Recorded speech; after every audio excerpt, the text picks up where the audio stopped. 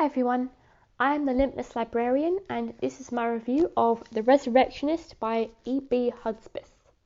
This is a creepy Gothic, Victorian Gothic sort of book. It wasn't written in that era, but it's that time period, about a mad doctor who believes that human defects, mutations, abnormalities, etc. are vestiges of a past where mythological creatures like centaurs and harpies, like on the front of this book, were real, and so he seeks to reconstruct these creatures. And this book is divided into two parts, two sections. The first part is a biography of this fictional person, Dr. Spencer Black, detailing his life story, his work, his efforts to publish his theories, get his ideas out there and get people to believe him, and what eventually came of him. And the second half, which is the real star of this book, the real reason that most people probably picked it up, is this whole section of anatomical diagrams of these mythical creatures, like skeletons and the musculature, and it even has explanations of the evolution and extinction of these creatures and why that would have happened. So that synopsis basically sums up what it's about. I don't need to do a whole deep dive on that. So let's just get straight into my thoughts on this book. I thought the story was very interesting. However, it's not very long. The entire book is like 200 pages, and more than half of that is the second half with the diagrams in it.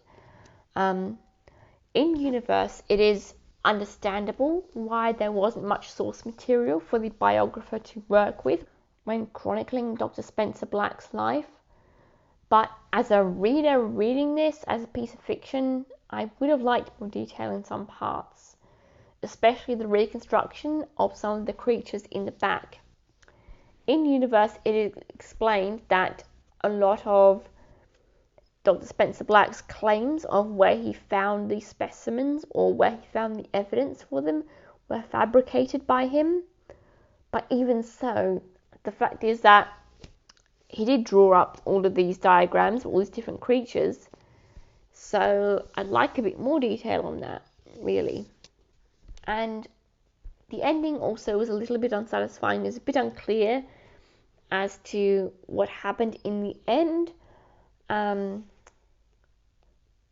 Like his eventual fate. I don't want to spoil anything. And again, it's understandable why. You can probably perhaps infer what happened, but it could have been a little more satisfying. Again, as a piece of fiction, as a fictional biography, it could have been a little bit more satisfying. As for the second half, though, that is definitely interesting. I like the introductions that it gives about the creatures and how Dr. Black sort of reconstructed them a little bit.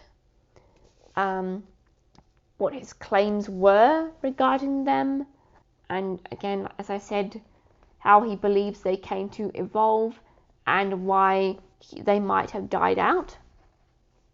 There are a lot of creatures here, from humanoid creatures like satyrs and harpies to not so humanoid ones like the like this eastern dragon, and there's like Cerberus and Chimera in there, and like there's a mermaid.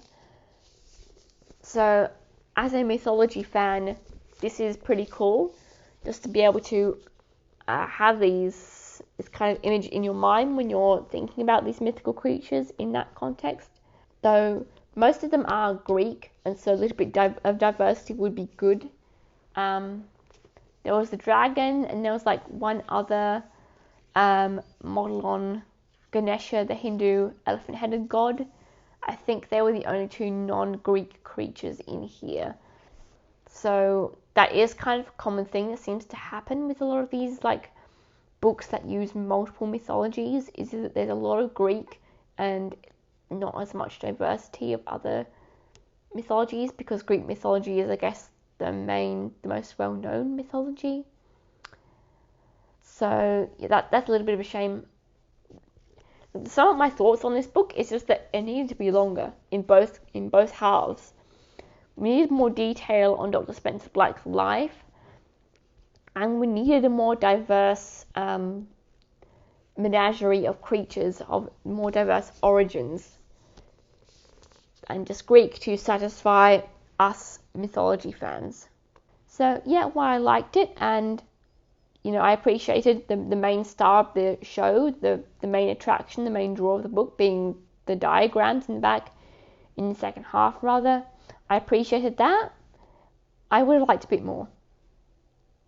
So yeah, I liked it, but there wasn't quite enough.